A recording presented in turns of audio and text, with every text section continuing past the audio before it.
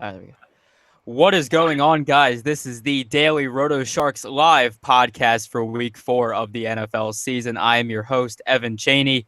Today, I am joined by Ben, who goes by xBenJamminx on Twitter and all daily fantasy sites. How you doing tonight, Ben? I'm doing well, man. Ready to get into Week 4. Thanks for hosting for us once again. Please visit us at dailyrotosharks.com. We have NFL and MLB cheat sheets that'll help you if you're really trying to look at better stats and trying to get them all in one place. So thanks for doing this for us, and let's jump in. Awesome. Yeah, there's some great action going on for Week 4 for this week. There is a 9:30 a.m. London game. We're not gonna be talking about that too much, but that is something to note there. Something cool that the NFL does, but for fantasy purposes, it's just not all that relevant. But for our first fantasy relevant game of the week here, we have the Tennessee Titans going up against the Houston Texans, and right here you have J.J. Watt, who's now probably out for the season, for that Texans defense. So Ben, my question to you is, how much does that affect the Texans defense, and who benefits this week from that? All right. Well, we know that pass rush won't be as ferocious as it usually is. So I think it definitely benefits Marcus Mariota. The only thing is he's playing away. It's in a very low total, and they're expected to lose by over 6 points in a low total. So all of that for Vegas at least leads me to not want to even really be near that game if I don't have to be. But I guess you can consider DeMarco Murray because he'll be getting carries and he'll be getting targets. So that's someone in that game that I can consider. But besides that, at least from the Tennessee side of the ball, usually I'd look at Tajay Sharp uh, on wide receiver. But I don't know. I really kind of might not even touch that Tennessee offense. No, they've been very inconsistent as of late. And again, they're only implied for 18 points right now.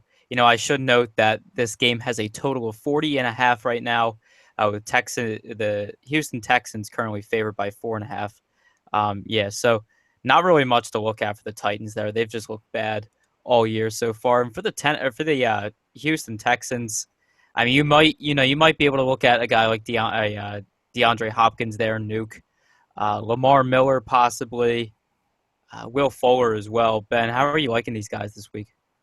Well, the thing is, when you look at Tennessee, they actually have been holding quarterbacks to pretty low fantasy points. The last 3 weeks, it's been 12, 16, and 10. They faced Derek Carr and Stafford the last 2 weeks. So those aren't elite players, but they are pretty good. Tennessee, they've been letting up a lot of points primarily to actually the second and third wide receivers on the team. So that leads me to believe maybe the whoever's guarding the number one cornerback, number one wide receivers has been playing very well because they've just been funneling points to the second and third wide receivers. Yeah, you make a good point there.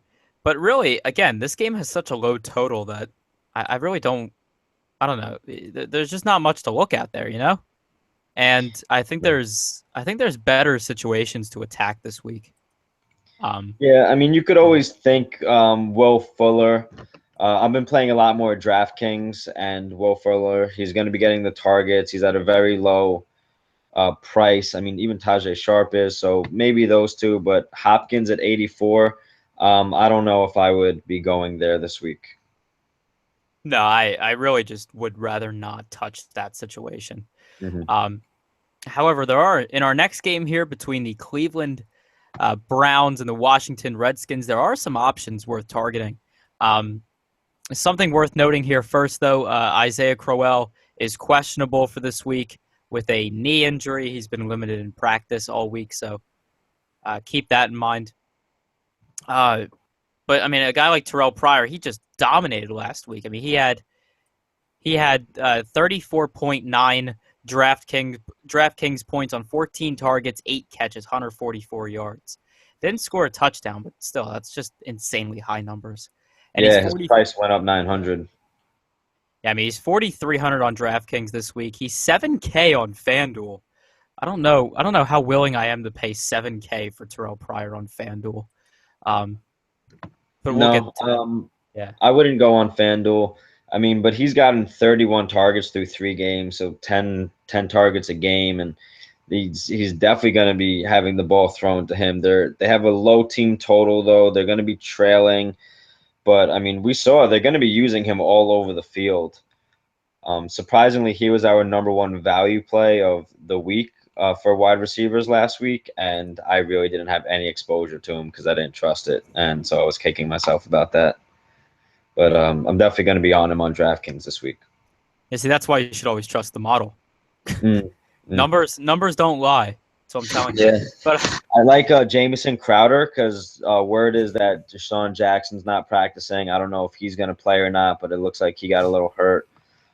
People like Matt Jones this week, he gets a decent amount of carries, 4,300. The targets really aren't there. But Duke Johnson, if Crowell doesn't play, I think maybe a DraftKings value play because of the amount of targets he gets, about 6 per game. Yeah, I mean, when you look at these Washington Redskins here, again, I forgot to share the Vegas information, but right now the game has a 46-point total. Washington favored by 7.5 points. Washington has almost a 27-point implied team total right now per Vegas. Kirk Cousins actually has the second most yards in the NFL right now, which is odd to believe because he looks bad when you're watching the games, but the numbers suggest otherwise. That's just a really weird situation there. But yeah, he only has 3 passing touchdowns though, so he is due for some regression there positively. Exactly. And then, I mean, right now, DeSean Jackson's questionable with the ankle injury, hasn't practiced all week. Josh Doxson is questionable with the Achilles factor all season, but, still, he's a great talent once he becomes in there. So, yeah, guys like Crowder, Pierre Garçon, those are guys that are definitely going to benefit. And also Jordan Reed, of course. Don't forget Jordan Reed. Jordan Reed, you don't even really have to talk about him. He's going to get the most targets up there with any tight end. He's going to catch a high percentage of them. So we know Jordan Reed. He's a top 3 play almost every week. Oh yeah, no doubt. I mean, he's just the sheer amount of targets he gets with or without guys like DeSean Jackson on the field. He just gets an insane amount of targets, and it benefits him quite well. Moving on to our next game here, we have the Seattle Seahawks going up against the New York Jets. Right now, the game has a total of only 40.5, with the Seahawks favored by 2.5. Looking at the Seahawks offense first, they did, some of these guys last week, they got alive. They were playing the San Francisco 49ers, mind you, but this offense looked a little bit more lively last week than they did in the previous 2 weeks before that.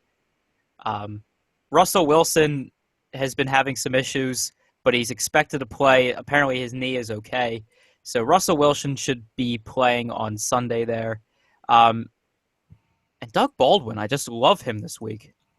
Saw 10 targets last week against the 49ers, catching 8 of them for 164 yards and a touchdown. Yeah, I don't know. Ben, what... Am I just overexcited right now for no reason? I don't think you could say overexcited because you're just always excited as it is. That's true. Doug Baldwin, yeah, I mean he's getting he's gotten 27 targets so far. He has 2 touchdowns, 20 catches. He has an okay matchup. I don't think Revis is done yet. I think Revis will probably be on him. You don't really have anyone else to worry about there, except for it looks like Jimmy Graham might be coming alive. But Fortes is a kind of a sneaky play on DraftKings just because of the potential target upside, even though he hasn't really seen that as much since week 1. This is a game that I really don't want to play much offense in, even though I like the Jets a lot. No, I'm really feeling Seahawks defense here. If anyone really, just because they look so great last week, um, to some extent there. But then the Jets offense. I mean, last week, my God. I mean, I know they were in Kansas City, so you gotta kind of have to take that for what it is. But Ryan Fitzpatrick threw 6 interceptions. Yeah, I it mean, was the like one guy of the just worst all-time games ever. yeah. I mean, the guy just doesn't look right this year. For some, he just doesn't look right. I mean, if you look at the game I mean, logs, game one, he came out slinging. yeah. I So mean, he has good game logs on paper, but I don't know. He's just something that looks yeah, awful I about mean, him. neither quarterback excites me. Nah, the offense. I mean, Eric Decker's questionable. He's probably not going to play. So Quincy Enunwa at 4,400 on DraftKings, 56 on FanDuel. He's obviously going to get a bump up there if Eric Decker is out for this week. Um, Yeah, I yeah, could I definitely don't. see some merit in him and possibly Jimmy Graham in terms of offense in this game.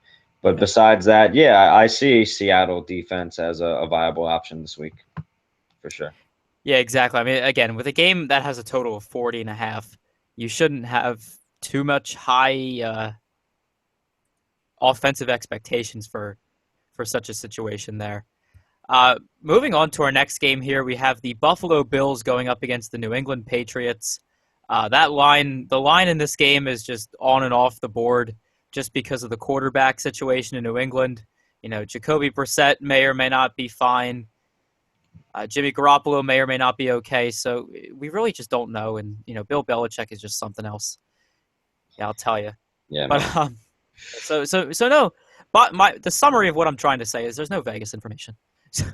That was a very long No, way to no, explain. you don't. Yeah, you Yeah. don't really know at this point. Yeah. Um, but look at this Buffalo Bills offense here. They're going to New England, so I don't really trust this offense as much as I would if it were in Buffalo. Just kind of the gut feelings that I get with this team. But LeSean McCoy, man, he tore up the Arizona Cardinals defense last week. He had Man, 110 I did rushing not yards. expect that. Yeah, 110 rushing yards for 2 touchdowns on only 17 attempts, too. I mean, That's he was crazy. very Yeah, that was nuts. I can't believe it. Our projections, man, they had Tyrod Taylor and LaShawn McCoy up at the top against the Jets, and I just didn't trust it. I didn't trust it at all, and they actually did pretty good. yeah. I mean, the models again. You It's got to hard. trust the It's model. hard to just trust, but sometimes you got Yeah, to do it. yeah. Sammy Watkins looks to be out for this week, so guys who would benefit from that. I mean, the rest of the receiving core here for Buffalo is just atrocious.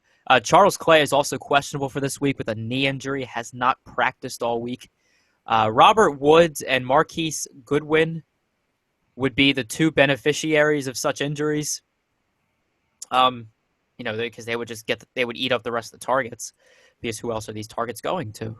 Um, I would prefer Robert Woods in this situation just because he's just having a little bit more targets. But again, what you're not really choosing from much there. Yeah, I'm not on anyone on the Buffalo Bills offense. But they have been gashed the past 2 weeks by running backs. The lead running backs got 26 and 33 points in the last 2 weeks against them, and it's New England at home. I think it's going to be another LeGarrette Blount week. He's at $5,000 on DraftKings. He's getting. I think he has the most carries in the league at 75. He has 4 rushing touchdowns. And Julian Edelman, I think 5,800 is just way too cheap for him. His price went down 600 since last week. New England should be able to control this game just as they've done all season, and I think those two guys will be instrumental in it. And I really don't have any interest in anything else in that game. Yeah, I mean, just one thing to just talk about Julian Edelman for like a second here, but I mean, of course, I trust him in cash games. I'm not gonna doubt that one bit. However, I really don't see his value in tournaments. Right. I don't see him getting that 4x type upside that you know you see you you know that you need from these from these players. I mean, at 4x, he would need about, 24 points for For fantasy. sure. I mean, the Uh, only what you could count on is a 2 touchdown game, a couple PPR, or he's been known to break a couple of big runs here and there. So actually before we did you want to say something else about Edelman? no, I finished my point All there. right, Martellus Bennett is 3,500 on DraftKings. His price went down 1,200 since Gronk is back. I think that's just way too cheap for what he can provide for you. He could get you 10 points at that 3.5 pretty easily. And Gronk is on a snap limit. He only got one target last week. So I think that may be a decent play, but I'm not going to be focusing on it. Yeah, I think there's better spots to attack this week, especially in our next game here, which is the Carolina Panthers going up against the Atlanta Falcons, which I think is going to be a really good game. Right now, the Panthers are favored by 3 points, and the game currently has a total of 50. So obviously, Vegas is projecting some offense in this game. And I certainly think it'll come in the forms of Cam Newton and Kelvin Benjamin. Atlanta Falcons, their defense is just, it's frighteningly bad. Yeah. Not the worst in the world, but it's bad. But So they've Cam, actually done go pretty ahead. good against wide receiver ones, which is very interesting. So Yeah, what I is that? mean, Desmond Trufant's yeah. playing well this year, and they're just funneling to everything else. Yeah, I mean, right now it looks like Desmond Trufant might be on Ted Ginn, but I'm not 100% sure about that, so don't take my word for it. But I think he'll be on Ted Ginn for a lot of that time. So if Alfred is on Benjamin, I love it. I just love it. Yeah. And then, of course, Greg Olsen. If all those other guys are covered, Cam's just either going to run it or throw it to Greg Olsen. So For you know sure. what?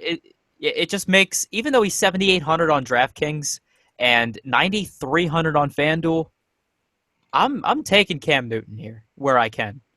I'm taking the play where I can this week. I'm not going to overthink the situation. I think he's almost a lock this week.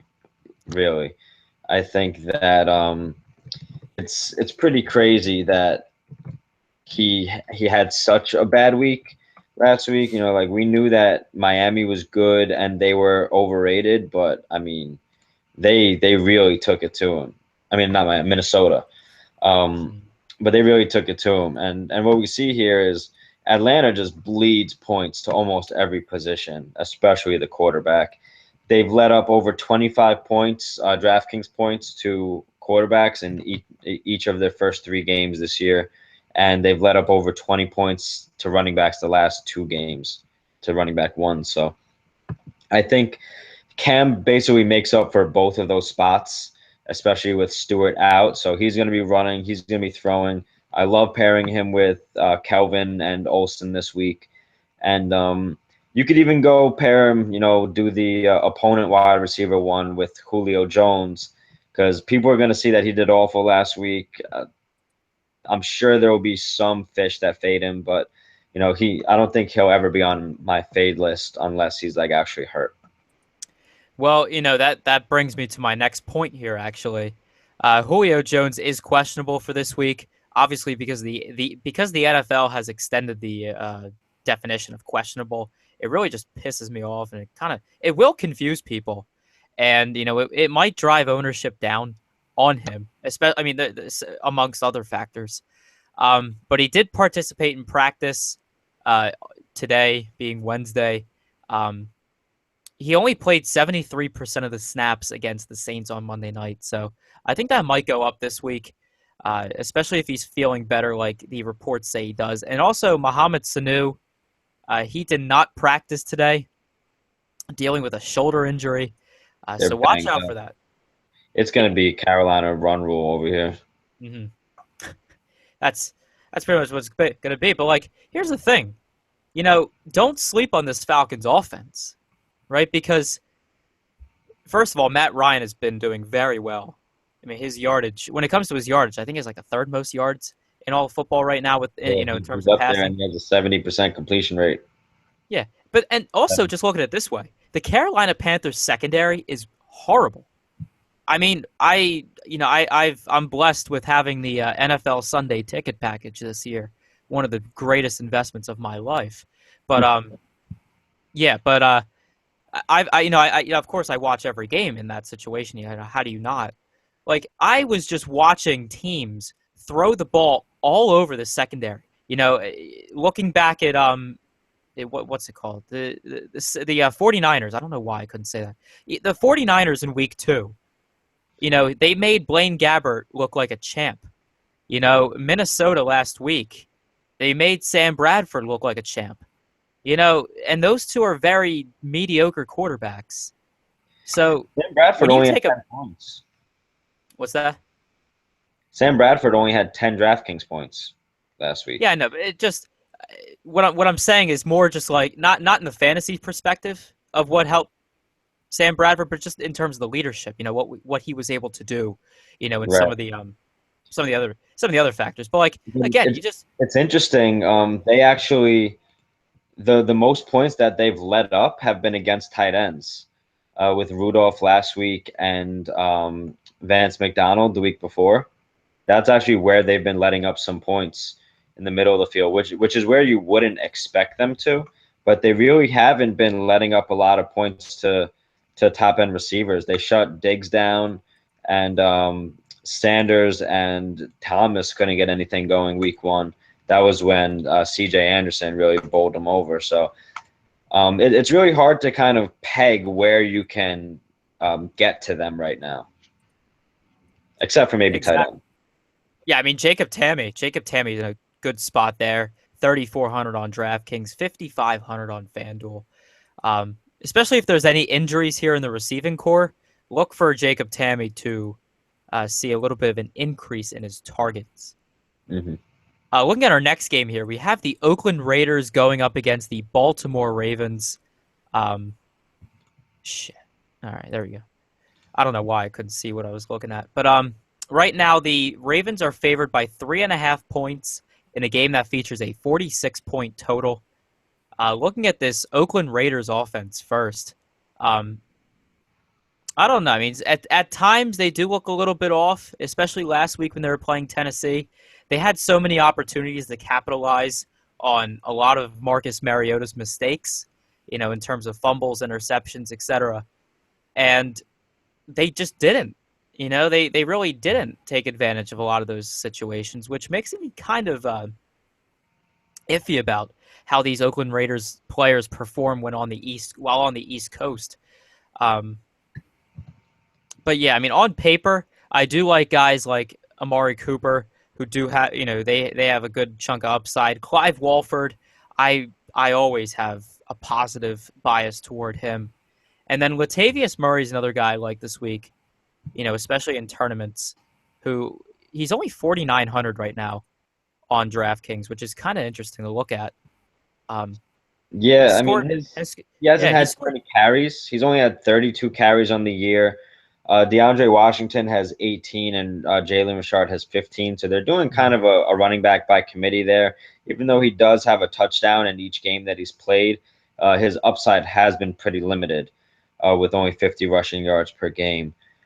Amari Cooper, I usually love him, but something that worries me right now is that he only has a 50% catch rate on 29 targets. So is right above 50. He has 15 catches. So he's been dropping some passes and not completing everything. He doesn't have a touchdown yet, but he does have a good matchup this week. So I think people will be off him. His price of 7,600 isn't very appealing, but I could definitely see some merit to using him. I think I'd rather use Crabtree at $1,200 cheaper, though. I can agree with the logic.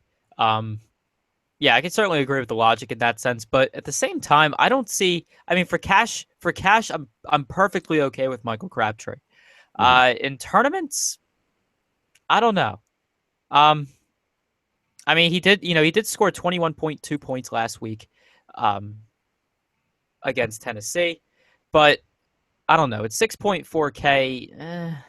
I don't see I don't see how he scores, 24.6 fantasy points this week. I don't know. I just don't feel it. Yep, I'm just saying. I mean, they get pretty much similar targets per game. Crabtree is a red zone guy, so he looks for him down there.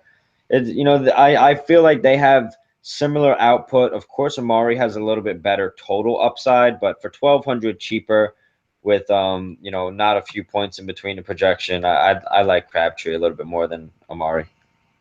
That's perfectly understandable. Looking at the other side of this game here with the Baltimore Ravens, I don't know how to explain it. I mean, they're the most fluky 3-0 I've ever seen. I'm also an Eagles fan, so that can also be taken with some criticism. But I don't know. They're favored again. They're favored by 3.5 points, which I'm not. Vegas is saying what they need to, but I don't know. Joe Flacco only has 3 touchdowns passing this year, 3 passing touchdowns this year, and Mike Wallace has all 3 of them. So it's the passing game hasn't been prolific unless you had that stack every week, but it didn't work out well this past week. It's just crazy that Oakland lets up a lot of points as well to the defense. I mean, Oakland's defense is just bad. It's trash. It's trash. They the first 2 weeks they let up over 30 points to the quarterbacks. Last week they let up 29 points to DeMarco Murray. So you can gash them for sure. They've been doing actually pretty well against wide receivers a little bit. No, they've been getting gashed. I would definitely look at Baltimore as like GPP flyers, but I won't have a lot invested in them. Yeah, I mean they're kind of like, I don't know. It's like these guys are GPP wonderkins.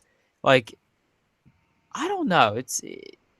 They're a weird team, but I agree with you that I like them in GPPs, but I just don't know who.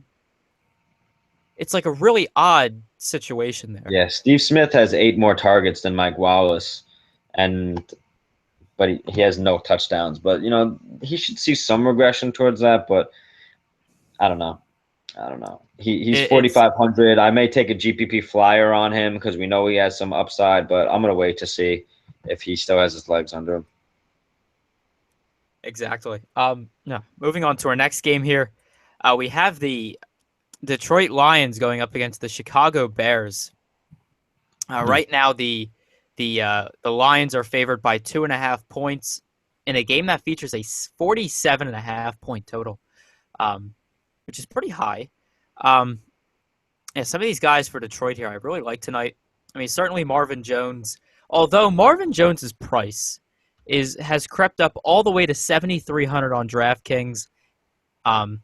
I do find him to be a better value on FanDuel at 7,600. But I still like Marvin Jones as a DraftKings play nonetheless. But just very expensive. Yeah. Also Theo Riddick is solid there at 5,200 on DraftKings. I really wouldn't use him on FanDuel at 6,600, but 5,200 for Theo Riddick on DraftKings is something I can really get behind. Yeah, for sure. He's the passing back. They lost Abdullah, so they named him the number 1. He has 19 targets on the season, 28 carries. He's going to get work. I know they said that Dwayne Washington's going to be used a little bit more, and he already has 16 carries. So if they're going to put him over 10 carries or so, I'll definitely take a look at him at 3,800. But I could see merit in Theo Riddick at 5,200 for sure. But I like Jordan Howard on the other side of the ball. I think he's going to be a nice play this week. Yeah. That's certainly I don't know. Something I don't really look much into Jordan Howard, but I really should. Right? Because 3,700. I saw he had a catch and run the other day that was really nice. He looked real good. It was like a 20-yard play.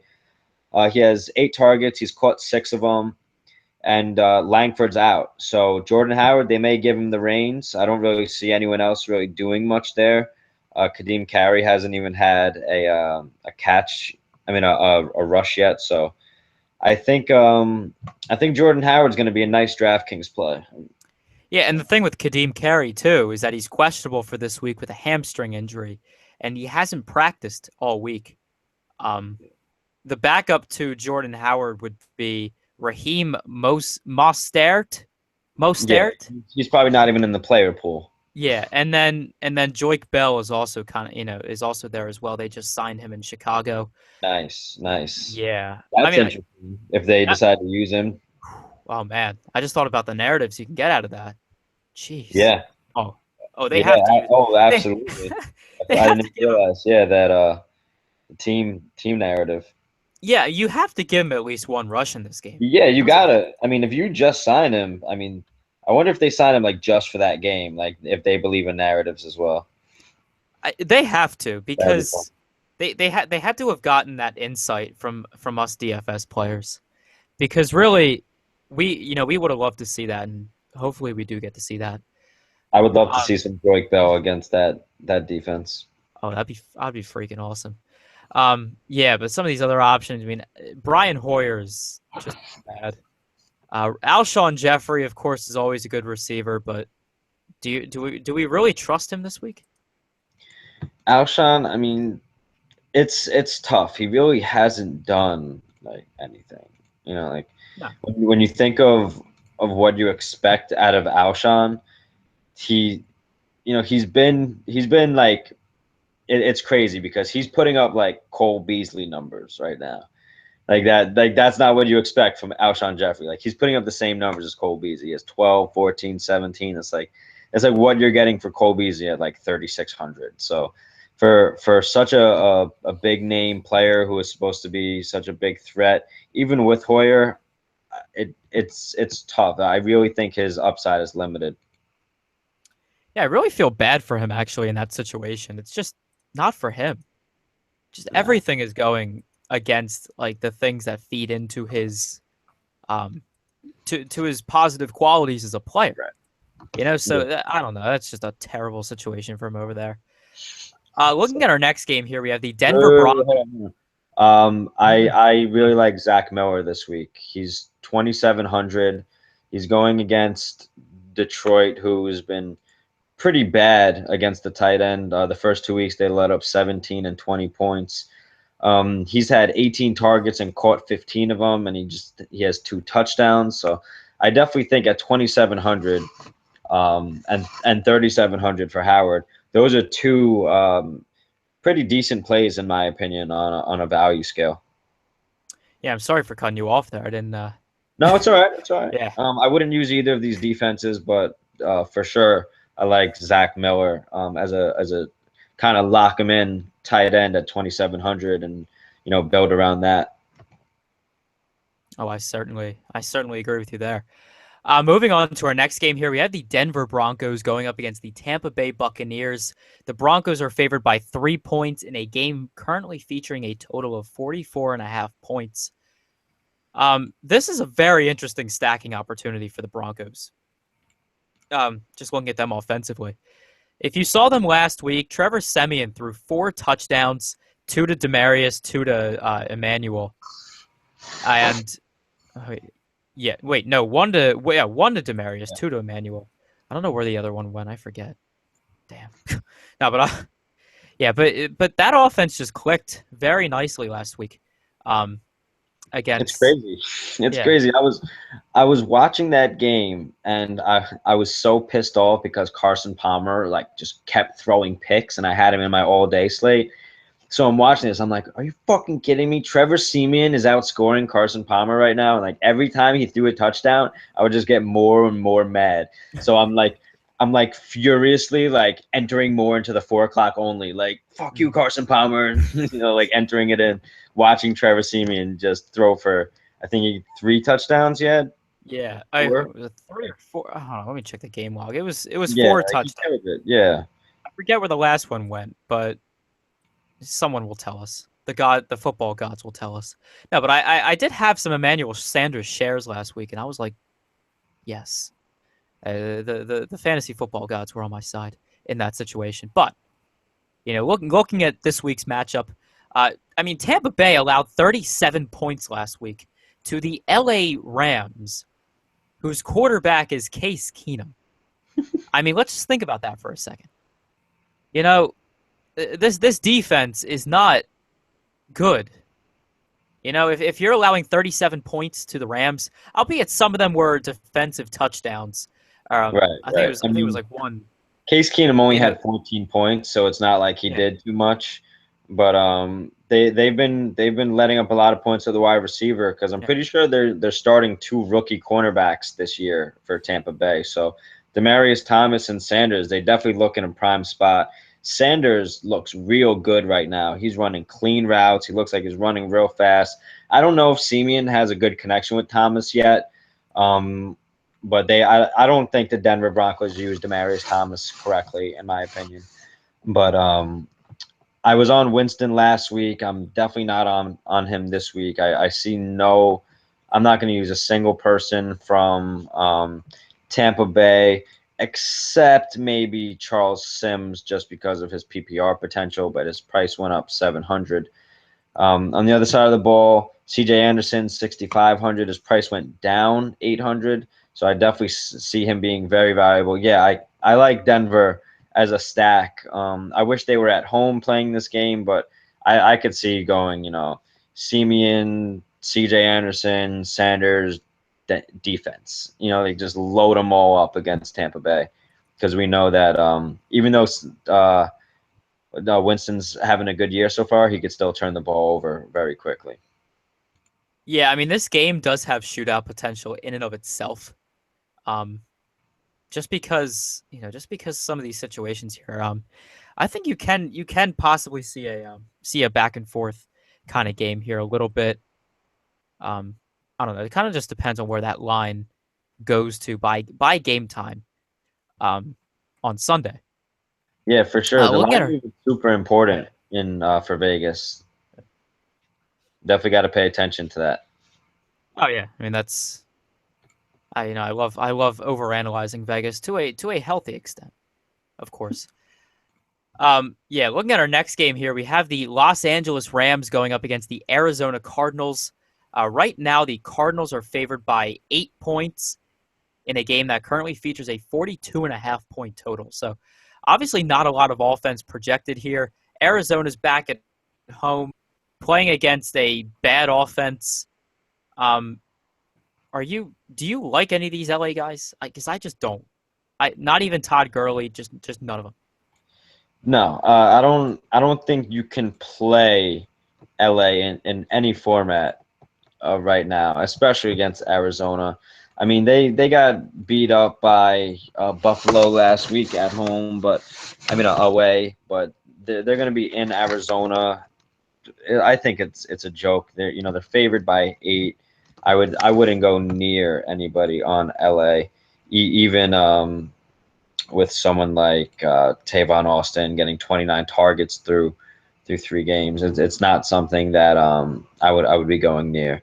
And Arizona disappointed me last week, big time offensively. So I may have some recency bias there, but I know that Jameis Winston gouged them last week, and I could see going back to Carson Palmer, 6,300 on DraftKings. He was super low owned last week, which I thought a lot more people would have been on him.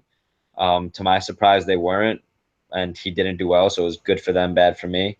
But this week, his price is down 900 at home. Good matchup, good total for Vegas. I like Palmer Fitzgerald a lot this week, and David Johnson, of course. Yeah, I mean, one thing to note here is that Michael Floyd is questionable for this week with a concussion. He has been cleared for non-contact activity, but obviously to get into the game by Sunday, he's going to have to be cleared for contact activity. So obviously check that out. Keep tabs on that if Michael Floyd is a guy that you like this week. I certainly do in the matchup as part of a Palmer Fitzgerald Floyd stack if Floyd is healthy. If Floyd's out, I would simply just make that a Fitzgerald John Brown stack with Carson Palmer. I don't Um, like Floyd, like ever. Like I drafted him like 2 years ago or something like that on one of my season long teams, and he was so disappointing. He like broke his hand or something. And this year he has 24 targets, which is great, but only 9 catches, which is super worrisome. Like his hands aren't great. He only benefits when Fitzgerald's already having a good game, in my opinion. So I like Fitzgerald. I think John Brown, with his 18 targets, is interesting at 4,300. He's someone who could blow the top off a defense. But I would go Carson, David Johnson, and Larry Fitzgerald as my plays, and kind of not get fancy anywhere else. Yeah, that's a very strong call there, though. I mean, just looking at Michael Floyd there for a second. He is GPP volatility. I mean, that's what he is. I mean, he is the face of GPP volatility. Right. So obviously, gotta make it. Gotta watch out for that stuff there. Moving on Yeah, to I our mean, next game. 9 catches, 134 yards, and a touchdown is a great game, but it's not a great 3 games. Oh no, not at all. Mhm. But again, the man is the textbook cover Oh, boom for bust GPP. volatility for sure. Oh And I think that's why I have a hard time using him, yeah, because I'm a lot more conservative in nature when it comes to the players I use. I prefer high floor over massive upside. But yeah, in GPPs, like anything goes, and he's definitely a good boom bust guy. exactly. And now moving on to our next game, my favorite game of the slate. We have the New Orleans Saints going up against the San Diego Chargers. Right now, the Chargers are favored by 3.5 in a game that currently features a 53.5 point total. Yeah, so obviously Vegas expects a ton of offense from this game, and for good reason. I mean, both of these defenses are piss poor at their best, right? So look at this Saints offense first. So, one thing to note here: Willie Snead is still questionable with a toe injury. He practiced in a limited fashion today on Wednesday. He was out on Monday against the Falcons. Hurt my full season team because of such things, but I still won the game, so I'm not all too pissed at you, Willie. But I just if you are stacking the Saints here, I mean, Brandon Cooks, Willie Snead, Drew Brees, how can you go wrong with that? I mean, you can also put in Kobe Fleener if you want to take one of those receivers out. I mean, Kobe Fleener started to look alive last week as well, having a nice game over there for him. So yeah, it's gonna be this game is gonna be really fun to watch. Yeah, I mean, Drew Brees has 140 pass attempts this year. That's just crazy through 3 games. Like Phil Rivers, he usually throws the ball a lot, and he only has 99 pass attempts. So that's just wild. So the pace at which Brees plays is for sure going to bring up the pace of anyone who plays against him. But what we know about Brees, he has massive home and away splits. And like we saw when he went to go play against the Giants, when he's not having a great game, the game gets slowed down a little bit. So for me, I would take the under on the 53. I personally don't think it's going to be that crazy high scoring, and it'll be not a low scoring game, but I think that the ownership that you're going to see from this game is going to be very high. A lot of people will be on Rivers, Melvin Gordon, Travis Benjamin. You'll see a little bit of people on Tyrell. You'll get the New Orleans stack, who I think is not in a great spot personally, because the San Diego secondary is not bad. They're actually pretty decent, especially with Verrett will probably be on Cooks. But I think it'll be not a complete shootout the way everyone is projecting it in terms of points. But I do like Melvin Gordon this week. Yeah, let's just talk about Melvin Gordon for a second here. I mean, he's going to be mega chalk this week because if you watched any bit of that Monday night game, I know a lot of people didn't because it reached an all-time low for Monday Night Football in terms of ratings. That's another conversation for another day. But if you saw any bit of that game, you saw that Devontae Freeman and Tevin Coleman just destroyed the Saints defense. They were just running every which way. Saints rush defense. And I mean, let me put it to you this way, with how Melvin Gordon could potentially do. If you've ever played, I mean, I'm only 19, so obviously this wasn't my official era, but I've still experienced this. Don't worry, I'm with some of the '80s culture. If you ever play Tecmo Bowl, and you're using Bo Jackson, this is it. Bringing it back. Melvin Gordon is going to be your Bo Jackson this week. I think that's an outrageous comparison. I think that's an outrageous. All right. I mean, if you want to compare him to prime time Jamal Charles, I see it. But Bo Jackson, that guy is like a tank with a face mask on. Like, that guy is just unreal in terms of athleticism. And now here's the thing though. Let me explain myself though for a second. It's really just the comparison of the idea that the Saints defense is just so bad that against the rush that I think that this is a possibility, and especially with the opportunities that he has. I mean, just think about that for a second. I mean, Dexter McCluster is the only other running back that would see any bit of time and opportunity in that backfield. So, I mean, he's going to be mega chalk this week, but it's 6,300 on DraftKings. 70. I mean, I don't know about FanDuel, but 6,300 on DraftKings is just. I don't know. He's going to be mega chalk, but I think I got to eat it. I just got to eat it. And that's 20 touches a game. He's at 6,300. Gets about 3 to 4 targets a game. He's already had 4 rushing touchdowns. Gets a good matchup at home and a projected high total. I think there's going to be a lot of room for him to run. The pace won't be as high as if it was being played in New Orleans, just because they really speed up the pace when they're playing there. Breeze plays very well at home. So there will be a lot of pass attempts from that side. But if I'm targeting that offense, you have to consider Keenan Allen's out, Antonio Gates is out, Woodhead is out. So they really have nowhere to go except Hunter Henry, who I like as a play this week. I think he's a very good play this week at 2,700. Him and Zach Miller are the same price. I could see either one of them being viable. But Hunter Henry for sure. You have Kobe Fleener, who's getting a lot more trust from Drew Brees at 32. And then you have Tyrell Williams and Travis Benjamin on San Diego side.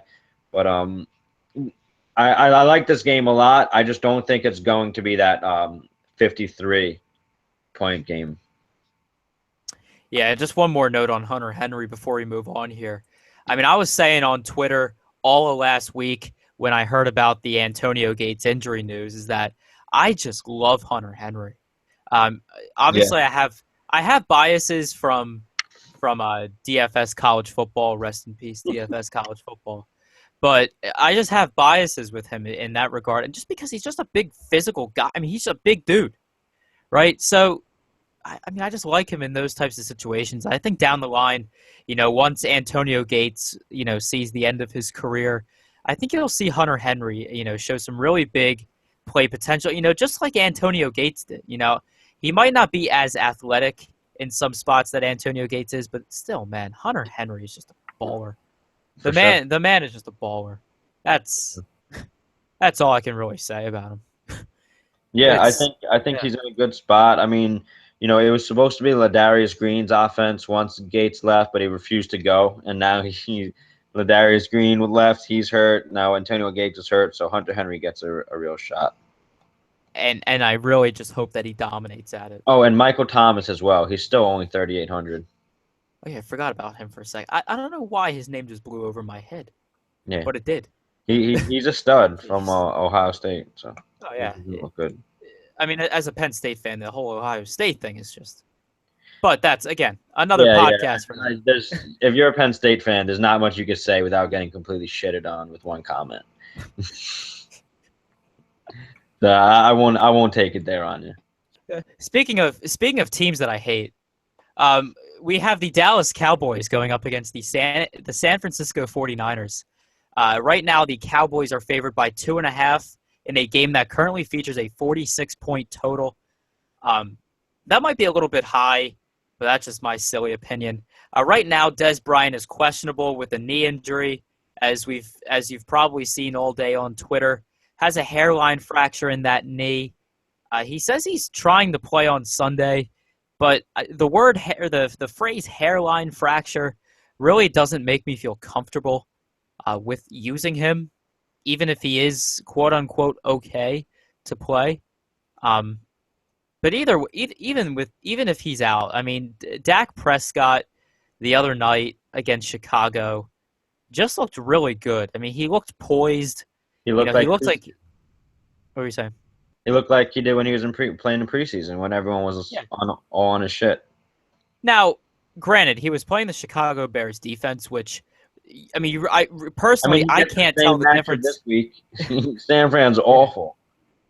I mean, really, yeah. Like, San Francisco 49ers and the Chicago Bears have one thing in common, and their defense makes you feel like, you don't know whether they're playing their preseason type defense or their regular season type defense. Like, you just don't know. Yeah. So.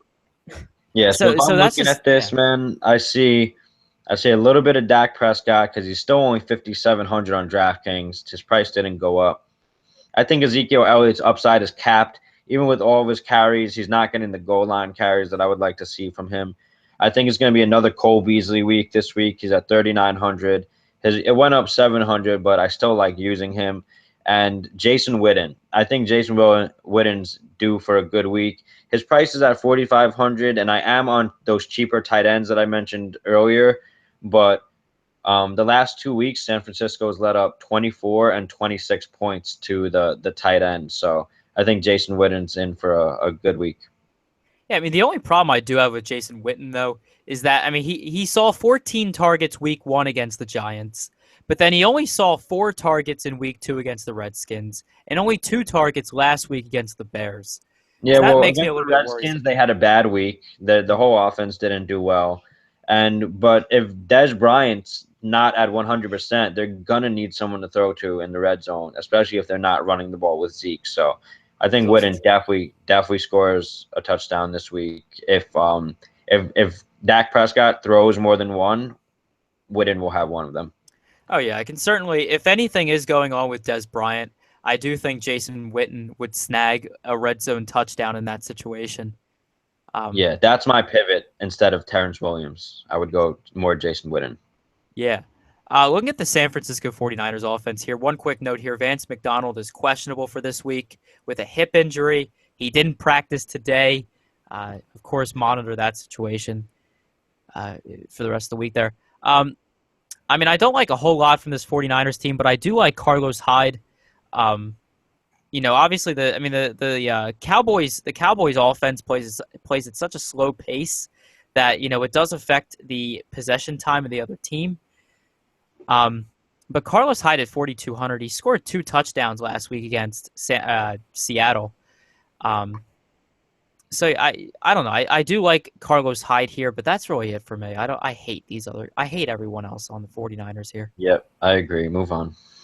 Yeah. Moving on to our last game here, we have the Kansas City Chiefs going up against the Pittsburgh Steelers. Right now, the Steelers are favored by 5 points in a game that currently has a 47.5 point total. One quick note here for the Chiefs. Charcandrick West is currently questionable with an ankle injury. He didn't practice today. And it's also seemed like as the weeks have gone on in the season, obviously we've only played 3, but as the weeks have gone on in the year, it seems like there's been a good separation. Like the separation has been getting farther and farther between the amount of snaps that Spencer Ware plays and the amount of snaps that Charcandrick West is playing. So I think this week is where we might see the peak, or the peak of Spencer Ware's usage on the field. Yep. I agree. I'm not on this KC offense at all, except potentially Travis Kelce at 4,800. But I mean, I'm on cheap tight ends this week, but he does get a really good matchup. He hasn't been seeing the targets I would have hoped. He does have almost 200 yards in 3 games, but for me, there's no KC in my lineups this week. I will be using a lot of Le'Veon Bell just because he's been not playing not because he's not in shape, but because of some other reasons. So he's going to come out. They're going to want to get him the ball. Antonio Brown at 9,700 on DraftKings. That's just so much. It's really hard to justify paying up that much unless I go like double tight end with Zach Miller and Hunter Henry or something like that for lineup construction. But it's going to be tough to pay that price. Yeah, I don't know. The pricing on this Kansas City Chiefs offense isn't really great. I don't know. I know I severely just bounced topics from what you were saying, but it was a thought on my mind. So, but yeah, I mean, Eli Rogers here is questionable for this week with a toe injury. He did not practice today. I don't know how much of a huge effect that makes, but it's something worth noting. Antonio Brown does have big home away splits. So he does play much better at home, him and Big Ben. So that is something to consider. I mean, just look. Antonio Brown is just, oh my God. It's just some of the things. He's amazing. He really is. As a side note, I did just watch Shark Tank from this past week, and Antonio Brown was on Shark Tank. Oh, was he? Yeah, he was helping promote some other guy's product. Because he really likes the kind of shoes or something the guy makes. So he went on the show with the entrepreneur who was selling the shoes. As kind of like an endorsement, if you will. So, that was really cool to see. But just look at Antonio Brown's numbers here. I mean, my God, he saw 18 targets last week against the Eagles, catching 12 of them for 140 yards. Didn't score a touchdown, but he still had 29 fantasy points, which is insane. Yeah, I mean, he's just a stud. He can score a lot of points any single week. He's in the runnings to be the top wide receiver every week that he plays. Yeah, I mean, he's 9,700 on DraftKings, 9,400 on FanDuel, but I just don't see the fade. I don't see Kansas City stopping them at home in Pittsburgh. No, not at all. And it's just a terrific situation all around there. Yeah, I mean, Kansas City D played very well last week against Houston. There isn't a very prolific offense there. They didn't do great against San Diego, but yeah, I mean, Big Ben and AB, they're just on a different level sometimes. So you could definitely project Antonio Brown for 1 to 2 touchdowns when he plays at home against an okay defense. They're not great, but they're not bad. Yeah, that's exactly what I'm thinking there. So yeah, that'll do it for us, guys. This has been a terrific week, Ben. I think this was our best podcast yet. Yeah, man, absolutely. I think it's going to be a good week. It seems like there are some plays that kind of made themselves obvious this week that we went through, and there are some plays that I'm pretty good on avoiding. So I feel like I have a good view of the slate. When I make my player pool, I think I already know kind of the direction I want to go in. But we do want to give away a free week of sheets to one of the viewers. So to someone who's stuck around, we want to give one out. So what do you think? You want to do a meme contest? You want to come up with a category, and we'll have someone write at us and post at us, and whoever has the funniest meme of your subject will win a week of sheets. This is a brilliant idea, though I don't know which subject I want. What do you think? Anything that comes to the topic. It's not hard to find memes these days. Oh yeah, I mean, well, okay. So the trending memes in my mind would be Harambe based. Harambe? Okay, you don't have to go any further. All right, so whoever sends us the funniest meme of Harambe will win a free week of sheets, and we'll also send you the bankroll management sheet for free as well. I love it. So for anyone who's still watching, you have this opportunity. So please write at Daily Roto Sharks or at xBenJamminx to enter in. Awesome, guys. And if we're not winning all the money, we hope you guys do. So good luck in your contest this week.